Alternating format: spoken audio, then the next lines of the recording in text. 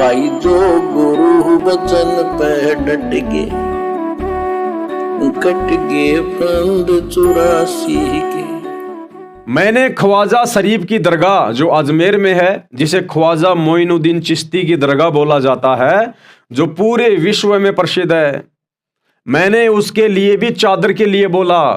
Mummy papa ने बोला कि आप वहां जाओ, वह सबकी मुराद पूरी करते हैं तो आपकी भी पूरी करेंगे। मैं वहां भी गया, परंतु मैं जहां पर भी गया वहां पर देखा कि वहां पर एक बहुत बड़ा देग होता है जिसमें लोग पैसे डालते हैं, कोई सोना चांदी डाल रहा है, लेकिन मेरे पास कोई पैसे नहीं थे। वहां पर लोग सिर पर टोपी डाल लेते हैं, मालिक का नाम लेते हैं, और एक हरे रंग का कपड़ा होता है, उसके नीचे से आपको निकाला जाता है। फिर कहते हैं कि आपको शबाब मिल चुका है, यानी आपको आशीर्वाद मिल चुका है अल्लाह का। अब आपके लिए जन्नत के दरवाजे खुल चुके हैं, यानी शुरक के दरवाजे खुल गए, सतलोक के दरवाजे खुल गए आपके लिए हरी चादर के नीचे से निकलते ही। कहते हैं कि यही जन्नत के दरवाजे हैं जो रमजान के दिनों में खोले जाते हैं। 22 साल तक मैंने ये सब कुछ किया, लेकिन मुझे इन सब से कोई भी फायदा नहीं हुआ। फायदा होना ही नहीं था, क्योंकि अल्लाह ताला तक पहुंचने का ये मार्ग है ही नहीं, ये रास्ता है ही नहीं। ये तो मनमाना आचरण है जो शैतान ने पूरे मुसलमान समाज को भ्रमित किया हुआ है। बहुत सारी जगह पर मैं गया, अलीगढ़ दरगाह, महरौली पर भी गया, वहां पर भी मैंने चद्दर बोली। वहां पर बाहर तो मांस कटता है और अंदर एक पत्थर होता है, उसके सामने सजदा करो या उसके ऊपर चद्दर चढ़ा दो। सब जगह यही कहानी और हर जगह कुछ ना कुछ नया देखने को मिलता था। मैंने अपने एक मौलवी साहब से पूछा, क्या हम जो कर रहे हैं, हम जिस रास्ते पर चल रहे हैं, क्या वह सच है? उन्होंने कहा कि हाँ, ये बहुत अच्छा है। उन्होंने मुझसे कहा कि आप 40 दिन की जमात में जाइए। मैं 40 दिन की जमात में तो नहीं, लेकिन 3 दिन की जमात में गया था। वहां पर भी मैंने वही सब देखा। लोग भेड़ चाल चल रहे हैं। अगर वहां पर कहीं खाना बन रहा है तो लोग नमाज को छोड़कर पहले खाने की तरफ भाग कर जाते हैं। वह लोग ये नहीं देखते कि हमें भक्ति करनी है, वह सिर्फ इतना देखते हैं कि हमारा पेट भरे और हम सोएं। उन व्यक्तियों के लिए नमाज कोई भी अहमियत नहीं रखती। नमाज का मतलब है एक नित्य नियम। नमाज से मुझे कोई भी फायदा नहीं मिला। हिंदू भाई जिसे आरती कहते हैं, आरती यानी परमात्मा की वंदना स्तुति, मुसलमान भाई उसे नमाज कहते हैं। और हम सतगुरु रामपाल जी परमेश्वर जी से उपदेश प्राप्त जितने भी भगत भाई बहन हैं, हम जो अपने तीनों समय की जो आरती करते हैं, परमात्मा की महिमा करते हैं, सुबह का नित्य नियम, दोपहर की असुर निकंदन रमेणी और शाम की संध्या आरती, तो ये सब परमात्मा की स्तुति है, वंदना है। मुसलमान उसको नमाज कह देते हैं, हिंदू उसको आरती कह देते हैं, हम भाई बहन उसको नित्य नियम के नाम से जानते हैं। महरौली में एक बहुत बड़ी दरगाह बना रखी है, एक पत्थर है, उस पर चद्दर चढ़ा रखी है और बाहर मांस काटा जाता है।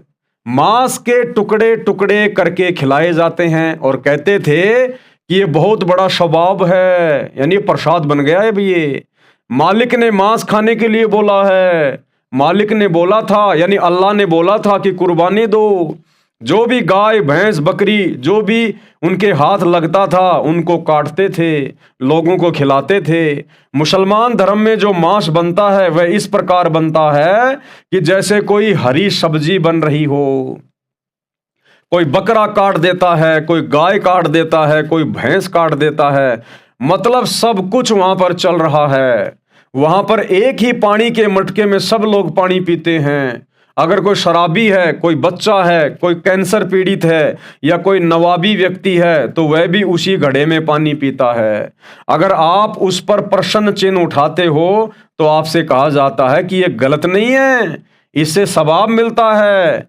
एक मुसलमान दूसरे मुसलमान का जूठा खा सकता है। इस बात से मैं इतना परेशान हो गया था कि मैं अपना मानसिक संतुलन तक खो चुका था, यानी बहुत ज्यादा डिस्टर्ब हो गया था। बेचारा निकला था परमात्मा की खोज में, अल्लाह की खोज में, दिन रात भटक रहा था, क्योंकि पिछले संस्कार अच्छे थे, परमात्मा की खोज थी। लेकिन जिस धर्म में जन्म हुआ उस धर्म के मुल्ला मौलवी काजियों को खुद पता नहीं कि अल्लाह कौन है, सच्चा धर्म क्या है, सच्ची इबादत क्या है, अल्लाह कैसा है, कहाँ रहता है, कैसे मिलेगा, मरने के बाद कहाँ जाएंगे, क्या होगा। तो खुद मुल्ला मौलवियों को यानी धर्म के ठेकेदारों को नहीं पता, तो बेचारे शहजाद खान को कहाँ से पता चलता। तो जैसा उसको बताया गया धर्म के ठेकेदारों द्वारा, वो बेचारा भटकता रहा, भरमता रहा, लेकिन उसकी आत्मा को कहीं भी संतुष्टि नहीं मिल रही थी। इस बात से मैं इतना परेशान हो गया था कि मैं अपना मानसिक संतुलन तक खो चुका था। मुसलमानों में एक बात कही जाती है कि आपको सीधा मुसलमान बनाकर भेजा जाता है। मैं इस परंपरा को निभाते आ रहा था। मुझे एक भक्ति सौदागर को संदेश नाम की किताब मिली। अंत में शहजाद खान को एक पुस्तक मिली, भक्ति सौदागर को संदेश। यानी जो व्यक्ति भक्ति का सौदा करना चाहता है, जो भगवान के लिए भटक रहा है, उसको एक संदेश जो कि सतगुरु रामपाल जी परमेश्वर जी ने, इस समर्थ अल्लाह ने, मेहरबान अल्लाह ने अपने कर कमल से लिखी थी और भगत समाज में बंटवानी शुरू कर दी थी कि भैया जिसको अल्लाह चाहिए, जिसको भगवान चाहिए, परमात्मा चाहिए, मोक्ष चाहिए, जिसको वास्तव में जन्नत में जाना है, सचखंड में, सतलोक में जाना है, जन्म और मरण से अपना पीछा छुड़वाना है, इस गंदे काल लोक, शैतान के लोक के कष्टों से, जन्म मरण से, दुखों से अगर पीछा छुड़वाना है तो ये पुस्तक पढ़ो, भक्ति सौदागर को संदेश, और तुरंत शरण में आ जाओ। तो भगत शहजाद खान को वो पुस्तक मिली। हालांकि बाद में उस पुस्तक का नाम भक्ति सौदागर को संदेश से हटाकर ज्ञान गंगा रख दिया गया। वर्तमान में उस पुस्तक का नाम है ज्ञान गंगा। मुझे एक भक्ति सौदागर को संदेश नाम की किताब मिली और मैं धीरे धीरे उस पुस्तक को पढ़ने लगा। मैंने पापा से पूछा, पापा ये पुस्तक कहाँ से आई? तो उन्होंने बताया कि उन्होंने ये पुस्तक बरवाला आश्रम से डाक द्वारा मंगवाई है। उस पुस्तक में मैंने देखा कि उसमें कलाम पाक की एक हेडिंग लिख रखी थी। इसमें लिखा था कि वह अल्लाह ताला जिसने पानी की एक बूंद से आदमी और औरत को उत्पन्न किया और फिर इस पृथ्वी पर साहिब नस्ल से किसी का बाप, पिता, बेटा बनाकर भेज दिया, उस अल्लाह ताला के बारे में जिसने आसमान और जमीन, इन दोनों के दरमियान यानी बीच में जो भी कुछ है, उसको 6 दिन में बनाया और 7वें दिन तख्त पर जा विराजा। उसके बारे में किसी बाखबर से जा देखो। यानी उस अल्लाह के बारे में जिसने 6 दिन में सृष्टि रची, 7वें दिन वो तख्त पे जा बैठा, सतलोक के सिंहासन पे जा बैठा, उसकी खबर किसी बाखबर से जा पूछो। यानी भाई और बहनों, भगत शहजाद खान की बंद आंखें खुल गई जब उसने कुरान मस्जिद में जाकर ये सब कुछ देखा जो उस पुस्तक भक्ति सौदागर को संदेश में उसे पढ़ने को मिला कि भाई मुसलमान धर्म की पवित्र पुस्तक कुरान मजीद, कुरान शरीफ में सूरत फुरकान 25 आयत नंबर 52 से 59 में क्या लिखा हुआ है, और ये मुस्लिम समाज, मुस्लिम धर्म क्या कर रहा है, किस दिशा में जा रहा है, तुम्हें अल्लाह कैसे मिलेगा। उसमें साफ साफ सूरत फुरकान 25 आयत नंबर 58 और 59 में लिखा हुआ है कि ए हजरत मोहम्मद, अगर तुझे उस पूर्ण अल्लाह की जानकारी चाहिए जिसने 6 दिन में सृष्टि रची, 7वें दिन तख्त पे जा विराजा, तो किसी बाखबर से जा पूछो। यानी कुरान शरीफ का ज्ञान देने वाला अल्लाह भी उस बड़े अल्लाह, रहमान अल्लाह, उस परमेश्वर की जानकारी नहीं रखता। उसने हाथ खड़े कर लिए सूरत फुरकान 25 आयत नंबर 58 और 59 में यह कहकर कि जिस परमेश्वर ने 6 दिन में सृष्टि रची, कायनात को रचा और 7वें दिन तख्त पे जा विराजा, उसकी जानकारी किसी बाखबर से जा पूछो। क्यों भाई?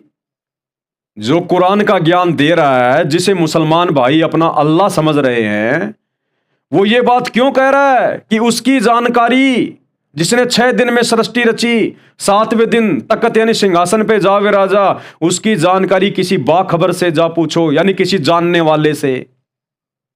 इसका मतलब कुरान का ज्ञान देने वाला अल्लाह उस परमेश्वर के विषय में पूरी तरह से वाकिफ नहीं है।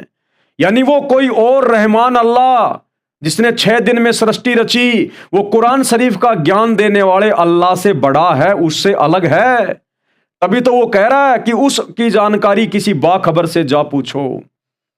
अगर कुरान का ज्ञान देने वाला अल्लाह, जिसे मुसलमान अपना अल्लाह कहते हैं, अगर वही सबसे बड़ा अल्लाह है, परमात्मा है, तो भला वो किसी और के विषय में संकेत क्यों कर रहा है कि उसकी जानकारी तो किसी बाखबर से जा पूछो। तो भगत शहजाद खान की आंखें फटी की फटी रह गई कि ये मुसलमान धर्म के मुल्ला मौलवी हमें किस रास्ते पर लेके जा रहे थे। हम तो जहन्नुम के रास्ते पे जा रहे थे, नरक के रास्ते पर, और कहा जा रहा था कि तुम जन्नत में जाओगे। हमारा तो बेड़ा गर्क किया जा रहा था। उस अल्लाह ताला के बारे में जिसने आसमान और जमीन, इन दोनों के दरमियान जो भी है, उसको 6 दिन में बनाया और 7वें दिन तख्त पर जा विराजा, उसके बारे में किसी बाखबर से पूछ कर देखो। उन्होंने बताया था कि सूरत फुरकानी 25 आयत नंबर 52 से 59 में ये लिखा है।